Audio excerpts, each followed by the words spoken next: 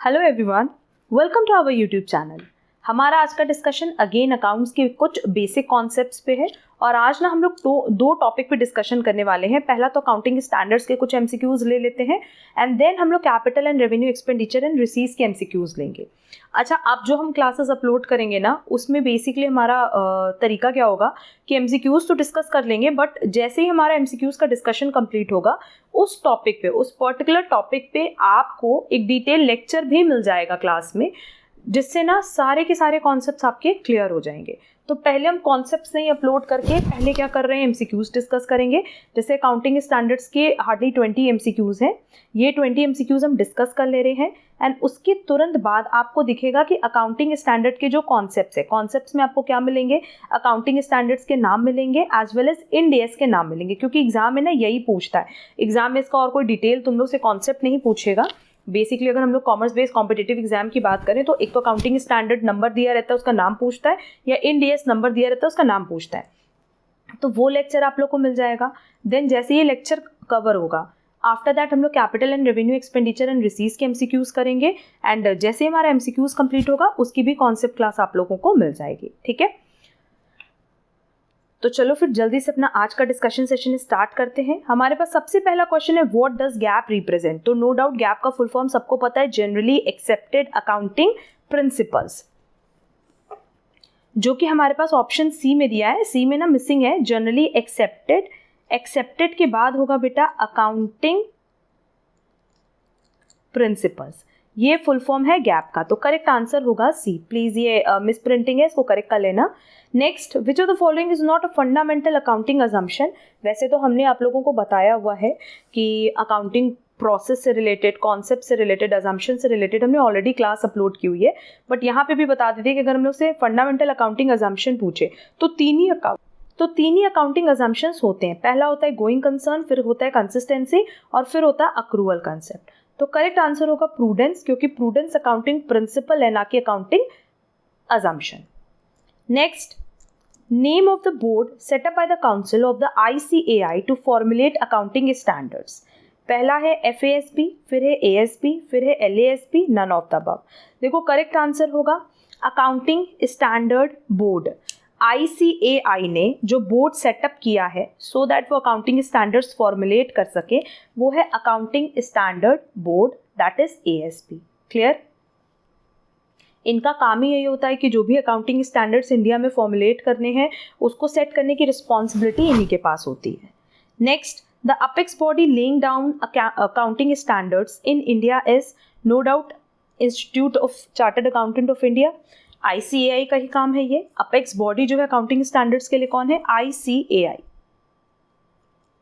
Next, market price और actual cost which ever is less is a generally accepted accounting principle for the valuation of. हम लोग हमेशा देखें कि closing stock का वैल्यूएशन हमने इसी बेसिस पे किया है, कॉस्ट और market price which ever is lower. तो करेक्ट आंसर होगा स्टॉक इन ट्रेड, और ये बताया गया है अकाउंटिंग स्टैंडर्ड 2 में। Next, accounting standard 9 deals with, देखो अकाउंटिंग स्टैंडर्ड 9 डील करता है रेवेन्यू रिकॉग्निशन से, जो कि ऑप्शन डी में दिया है। डेप्रिसिएशन अकाउंटिंग पहले ही अकाउंटिंग स्टैंडर्ड 6 का पार्ट था, देन ये डिलीट हो गया और ये मर्ज कर दिया गया है अकाउंटिंग स्टैंडर्ड 10 में, जो कि फिक्स्ड असेट से रिलेटेड है। देन इन्वेंट्री वैल्यूएशन की बात करें तो इन्वेंट्री वैल्यूएशन है accounting standard 2 and disclosure of accounting principles है अकाउंटिंग स्टैंडर्ड 1। यही चीज़ हम बता रहे थे कि जैसे ही हमारा MCQs कवर होगा, आपको जो लेक्चर मिलेगा ना उसमें सारे अकाउंटिंग स्टैंडर्ड्स की भी लिस्ट दी हुई है और इंड एस की भी लिस्ट दी हुई है, जो कि आप लोगों को लर्न कर लेना है। Next is accounting for fixed assets is the subject matter of, अभी हमने बताया अकाउंटिंग स्टैंडर्ड 10 का ये सब्जेक्ट मैटर है। 9 क्या है? रेवेन्यू रिकॉग्निशन है, ठीक है। 3 क्या है? कैश फ्लो स्टेटमेंट, और 11 है related to foreign exchange rates. Next is accounting standard 15 deals with, अब अगर हम लोग 15 की बात करें तो ये डील करता है विद एम्प्लॉय बेनिफिट्स। तो अकाउंटिंग फॉर अमेलगमेशन किस में दिया है? अकाउंटिंग स्टैंडर्ड 14 में। बोरोइंग कॉस्ट दिया है 16 में और रेवेन्यू रिकॉग्निशन दिया है 9 में। Accounting standard 19 deals with, 19 deal करता है with accounting for leases. Then government grant किस में दिया है? Accounting standard 12। EPS किस में दिया है? Accounting standard 20 and revenue recognition no doubt अभी तक लर्न हो गया होगा, accounting standard 9। Next, accounting standard 16 ये किससे डील करता है? With borrowing cost. And accounting standard 17 किससे डील करता है? विथ सेगमेंट रिपोर्टिंग, जो कि हमारे पास ऑप्शन डी में दिया है। अर्निंग पर शेयर, अभी हमने बताया कि अर्निंग पर शेयर की अगर बात करें तो ये AS20 डील करता है। सेगमेंट रिपोर्टिंग को AS17 डील करता है, बट रेवेन्यू रिकॉग्निशन को AS9 डील करता है। एंड ये वाला ऑलरेडी ए पॉइंट में डिस्कस कर लिया है, ठीक। Next, accounting for government grant is the subject matter of no doubt accounting standard 12, और बाकी सारे अकाउंटिंग स्टैंडर्ड्स हमने ऑलरेडी डिस्कस कर लिए कि सबके क्या नाम है। वैसे अगर आप लोग को लर्न नहीं भी हुआ तो भी कोई बात नहीं, हमने क्लास ऑलरेडी अपलोड की है। अकाउंटिंग स्टैंडर्ड 7 की बात करें तो ये रिलेटेड है कंस्ट्रक्शन कॉन्ट्रैक्ट से। नेक्स्ट, अगेन अकाउंटिंग स्टैंडर्ड 6 की बात कर रहा है तो ये डेप्रिसिएशन से ही डील करता है, तो करेक्ट आंसर होगा A. But valuation of inventories accounting standard 2, accounting for construction contract AS7, and ये तो नन ऑफ द अबव दिया option. Next is revenue recognition, again accounting standard 9 होगा। According to accounting standard 9 interest should be recognised. हमेशा याद रखना कि as per revenue recognition concept interest आप तभी रिकॉग्नाइज करते हो, मतलब on the basis of time. इसको हम अक्रूवल या रिसीट बेसिस पे नहीं रिकॉर्ड करते, हमेशा किस बेसिस पे रिकॉर्ड करते हैं? On time basis. नेक्स्ट, और रेवेन्यू आप बुक्स में कब रिकॉग्नाइज करोगे ये हमने पहले भी बताया है कि अगर इस बात की श्योरिटी है कि आपको वो पैसा मिलना है, रिसीट मिलनी है, मतलब इसमें किसी भी तरह की कोई अनसर्टेनिटी नहीं होनी चाहिए, तो आप उसको बुक्स में रिकॉर्ड कर लोगे। When there is no certainty about receipt, when they have received, when they have not received, when there is no uncertainty about receipt. अगर आप इस चीज़ को लेके श्योर हो, अगर सिचुएशन ऐसी है कि हाँ ठीक है जो भी रेवेन्यू है वो 100% आना ही आना है, उसमें किसी तरह की कोई अनसर्टेनिटी नहीं है, तो आप उसको बुक्स में रिकॉर्ड कर सकते हो। Next, latest accounting standard 32 issued by the ICAI, ये किससे डील करता है? With financial instruments disclosure. Accounting standard 21 ये बेसिकली डील करता है CFS से, that is consolidated financial statements. Next, accounting standard 4 किससे डील करता है? अकाउंटिंग प्रिंसिपल से, financial statement, accounting policies, none of the above. क्योंकि अकाउंटिंग स्टैंडर्ड 4 की बात करें तो ये बेसिकली रिलेटेड है contingencies and events occurring after the balance sheet date, तो करेक्ट आंसर होगा D. Next, what does ICAI represent? Full form पूछ रहा है, institute of chartered accountants of India, correct answer होगा A. Next, goodwill is recorded in the books when super profit is earned by the enterprise, money profit is earned by the enterprise, management of the enterprise decide to record goodwill। किसी भी situation में, इनमें से कोई भी situation अगर हो, आपको गुडविल को बुक्स में रिकॉर्ड करना होगा। Next, revenue from service transactions is usually recognised by a method known as accrual method, proportionate completion method, consistency method और कंप्लीटेड सर्विस कॉन्ट्रैक्ट मेथड। देखो, अगर हम लोग रेवेन्यू फ्रॉम सर्विस ट्रांजैक्शंस की बात करें, सर्विस दे रहे हैं, बेसिकली गुड्स की बात नहीं करें, किसी तरह की सर्विस दे रहे हो और वहाँ से रेवेन्यू जनरेट हो रहा है, तो हम उसको जनरली तभी बुक्स में रिकॉर्ड करते हैं जब हमारी पूरी की पूरी सर्विस का कॉन्ट्रैक्ट कंप्लीट हो जाए। करेक्ट आंसर होगा D. Next, Which of the following is a revenue for the purpose of accounting standard 9? देख लेते हैं। Appreciation in the value of fixed asset, अगर फिक्स्ड एसेट की वैल्यू बढ़ रही है तो वो रेवेन्यू नहीं हुआ। रेवेन्यू मतलब जो आपको आपकी सर्विस या गुड्स के बदले मिलता है। Gain something from changes in foreign exchange rates, no. Royalty receivable, yes, अगर आप को रॉयल्टी मिल रही है तो नो डाउट वो रेवेन्यू जनरेट कर रहा है, या हम कह सकते हैं कि वो रेवेन्यू ही है, तो करेक्ट आंसर होगा सी। एंड हमारा आज का जो लास्ट क्वेश्चन है रिलेटेड टू अकाउंटिंग स्टैंडर्ड्स, वो है revenue in the form of admission fees for artistic performance, banquets etcetera should be recognised when admission tickets are sold, event takes place. देखो, इन दोनों ही केसेस में किसी भी पॉइंट ऑफ टाइम पे जब आप एडमिशन टिकट बेच रहे हो या जब इवेंट हो रहा है, दोनों में से जो भी अर्लियर है उसी पॉइंट ऑफ टाइम पे आप रेवेन्यू को बुक्स में रिकॉग्नाइज कर सकते हो। क्लियर? यहाँ देखो, कुछ ट्रू एंड फॉल्स भी हमने इंक्लूड किए हैं। लिखा है the ICAI issues at least 1 accounting standard every year. ऐसा कोई ज़रूरी नहीं है, ये कोई मैंडेटरी रूल नहीं है कि आपको हर साल एक अकाउंटिंग स्टैंडर्ड इशू करना ही होगा। चाहो तो करो, अगर नीड है, अकाउंट्स के लिए नीड है तब इशू करेंगे, नहीं तो नहीं करेंगे, तो करेक्ट आंसर होगा फॉल्स।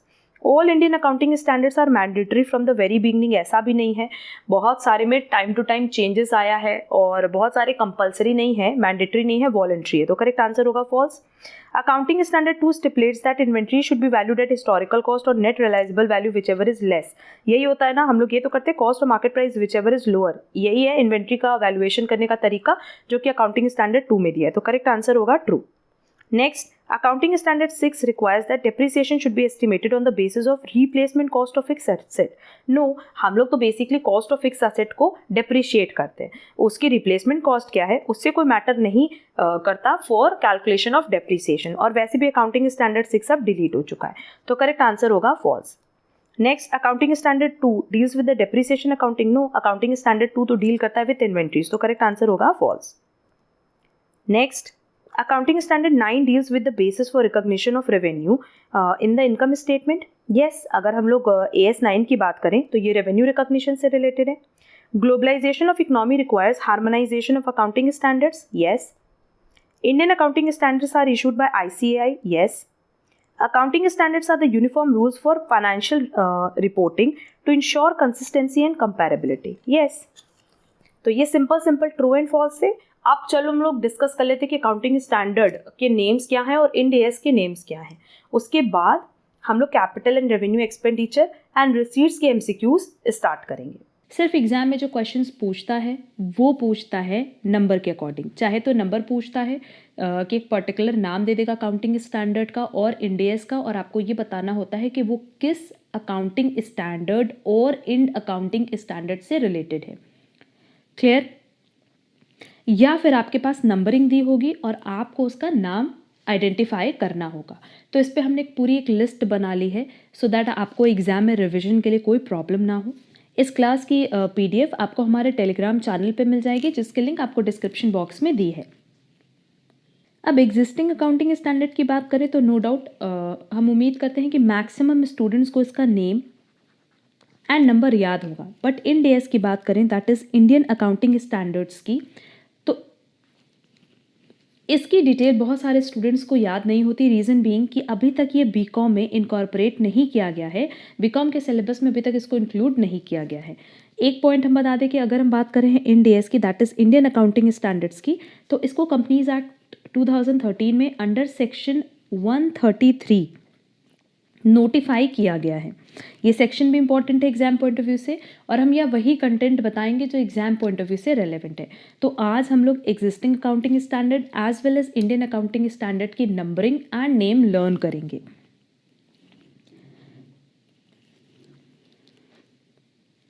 सबसे पहले देखो, अकाउंटिंग स्टैंडर्ड 1 की बात करें तो ये basically disclosure of accounting policies से रिलेटेड है। बट इंडियन अकाउंटिंग स्टैंडर्ड 1 की बात करें तो इसका नाम है प्रेजेंटेशन ऑफ फाइनेंशियल स्टेटमेंट्स। और फाइनेंशियल स्टेटमेंट मतलब बेसिकली बैलेंस शीट पीएल की बात कर रहे हैं कि यहाँ इसके प्रेजेंटेशन की बात करेंगे। Second, accounting standard 2 valuation of inventories पे था एंड इंड एएस 2 भी इन्वेंट्रीज पे है। तो अगर अकाउंटिंग स्टैंडर्ड 2 किसी को भी लर्न था पहले से तो इंड एएस 2 भी आराम से आप लर्न कर सकते हो। हाँ, अकाउंटिंग स्टैंडर्ड 1 और इंड एएस 1 इसका नाम बहुत डिफर कर रहा है, तो ये आप अच्छे से लर्न कर लेना।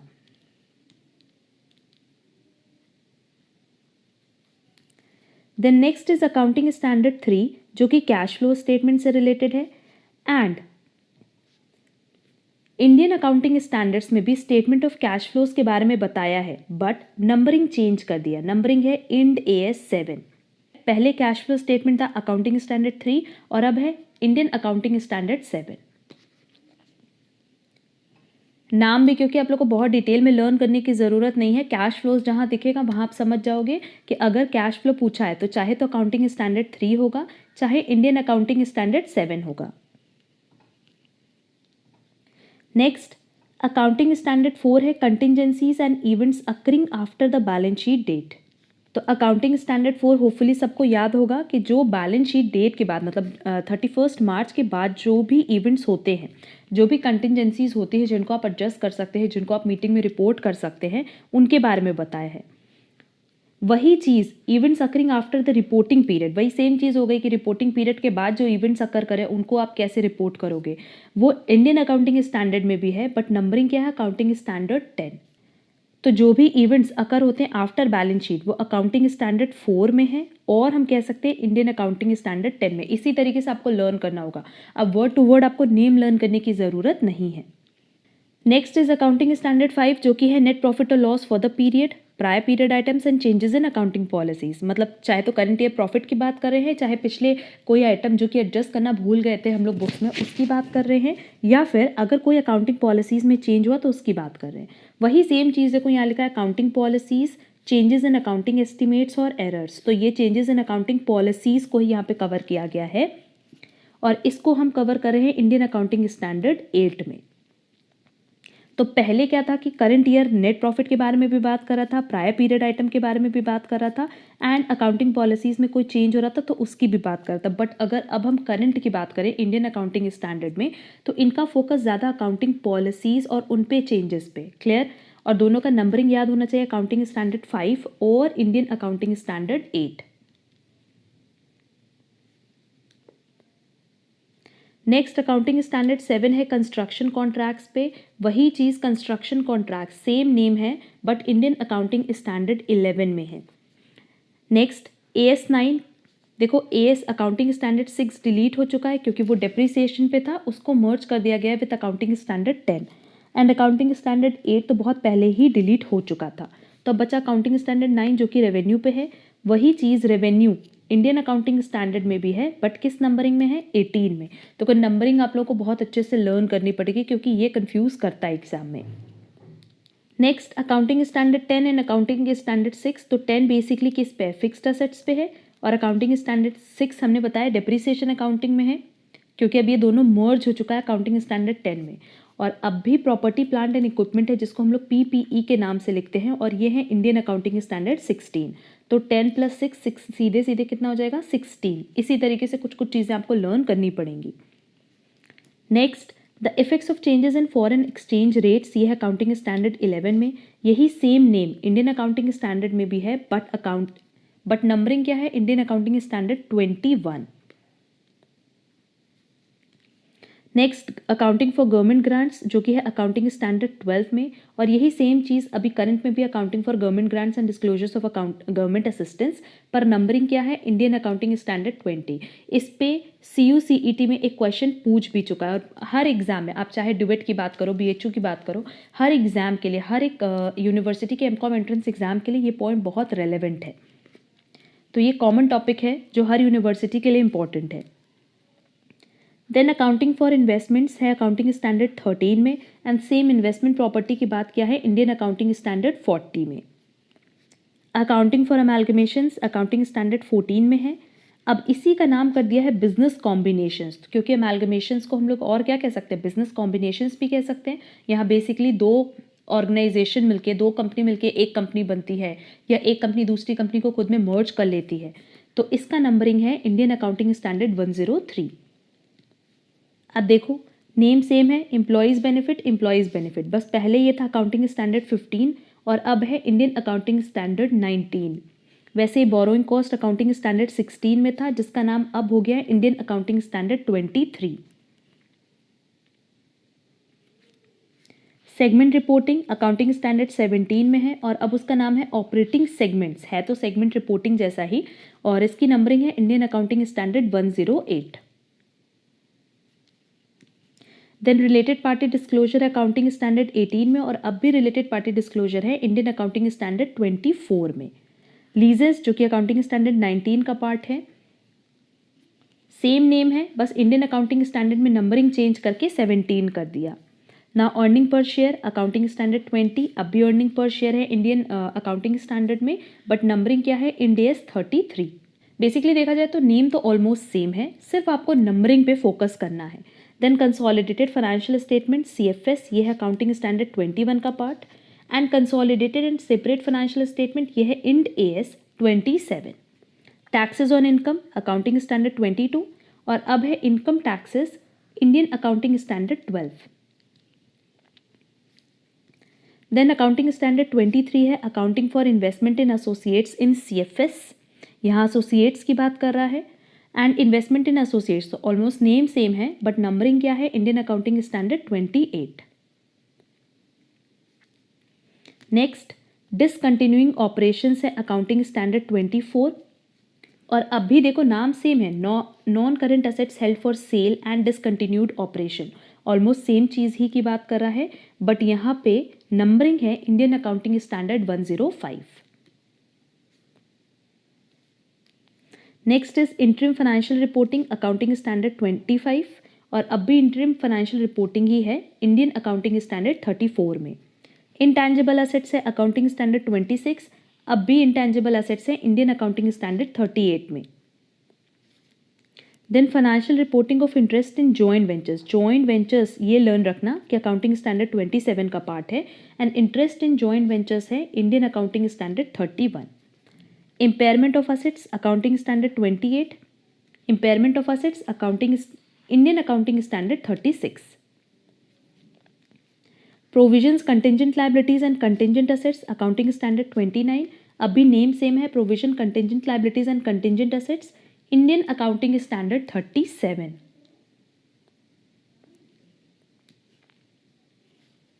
Then financial instruments recognition and measurement accounting standard 30, same name है, financial instrument recognition and measurement Indian accounting standard 39। Financial instruments presentation accounting standard 31, financial instrument presentation Indian accounting standard 32। इसीलिए हमने बोला था कि अगर आप लोगों को अकाउंटिंग स्टैंडर्ड का नेम एंड नंबरिंग याद है तो आपको इंडियन अकाउंटिंग स्टैंडर्ड लर्न करने में कोई प्रॉब्लम नहीं होगी। And last one is financial instruments disclosures accounting standard 32, अब भी फाइनेंशियल इंस्ट्रूमेंट डिस्क्लोजर है बट इंडियन अकाउंटिंग स्टैंडर्ड 107 में। तो आप लोगों को नाम से ज़्यादा फोकस करना है नंबरिंग पे। अब देखो accounting standard and Indian accounting standard का फुल नेम डिटेल तो हमने मेंशन कर दी, बट अब एग्जाम पॉइंट ऑफ व्यू से क्योंकि आपको सिर्फ लर्न करने पे फोकस करना है तो एक अकाउंटिंग स्टैंडर्ड 1 छोड़ दो ना, तो बाकी सबका नेम सिमिलर है, सिर्फ नंबरिंग में डिफरेंस है। यहाँ हमने एकदम सिंपल तरीके से उसको प्रेजेंट भी कर दिया और इसकी कॉपी भी आपको हमारे टेलीग्राम चैनल पे मिल जाएगी, जिसकी लिंक अगेन डिस्क्रिप्शन बॉक्स में दी गई है। देखो अकाउंटिंग स्टैंडर्ड 1 की बात करें तो ये तो डिस्क्लोजर ऑफ अकाउंटिंग पॉलिसीज पे है, एंड इंडियन अकाउंटिंग स्टैंडर्ड 1 की बात करें तो ये प्रेजेंटेशन ऑफ फाइनेंशियल स्टेटमेंट पे है। बस यही एक चीज़ डिफर कर रही है, बाकी सब में जो नेम है वो कॉमन है, तो हमने एक कॉमन नेम ले करके सिर्फ फोकस किया है नंबरिंग पे। अब देखो इन्वेंट्रीज की बात करें तो इसके लिए अकाउंटिंग स्टैंडर्ड 2 या इंडियन अकाउंटिंग स्टैंडर्ड 2 है। कैश फ्लो स्टेटमेंट की बात करें तो अकाउंटिंग स्टैंडर्ड 3 और इंडियन अकाउंटिंग स्टैंडर्ड 7 है। Events occurring after reporting period और balance sheet date accounting standard 4 और इंडियन अकाउंटिंग स्टैंडर्ड 10 है।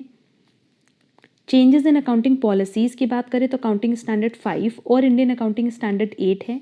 कंस्ट्रक्शन कॉन्ट्रैक्ट के लिए है अकाउंटिंग स्टैंडर्ड 7 और Indian accounting standard 11। Revenue accounting standard 9 और Indian accounting standard 18। PPE that is हम लोग बात कर रहे हैं फिक्स्ड एसेट की, क्योंकि प्रॉपर्टी प्लांट इक्विपमेंट यही चीज़ आएगा, तो accounting standard 10 and accounting standard 6 और Indian accounting standard 16।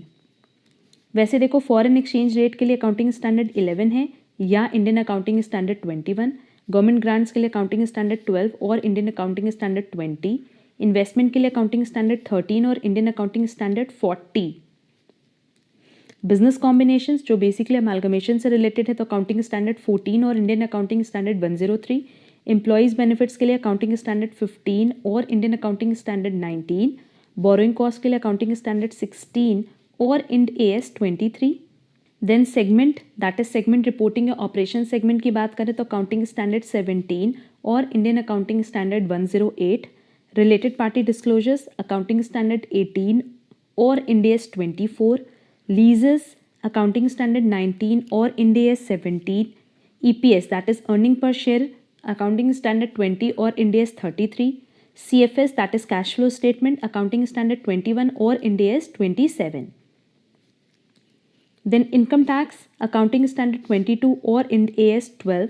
Investment in associates ये बेसिकली कंसोलिडेटेड फाइनेंशियल स्टेटमेंट से रिलेटेड है, अकाउंटिंग स्टैंडर्ड 23 और Ind AS 28।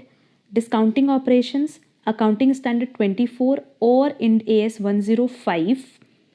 Interim financial reporting AS 25 और Ind AS 34। Intangible assets AS 26 और Ind AS 38। Interest in JVs, JVs basically joint ventures की बात कर रहा है, AS 27 और Ind AS 31। Impairment of assets, accounting standard 28 और Ind AS 36।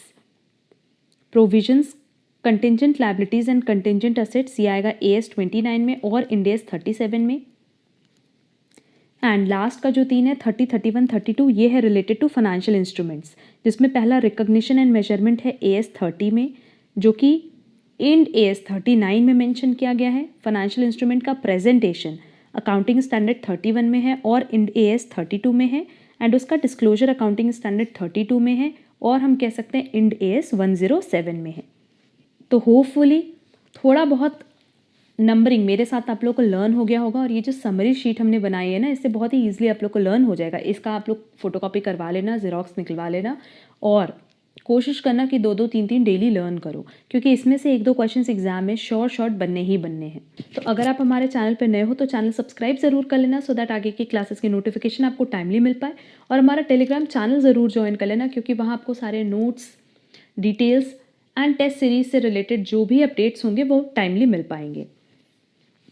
अगर आपको आज की क्लास यूज़फुल लगी है तो वीडियो को लाइक ज़रूर करना। अब हम लोग मिलेंगे हमारे नेक्स्ट क्लास में। आज के लिए बस इतना। Thank you so much.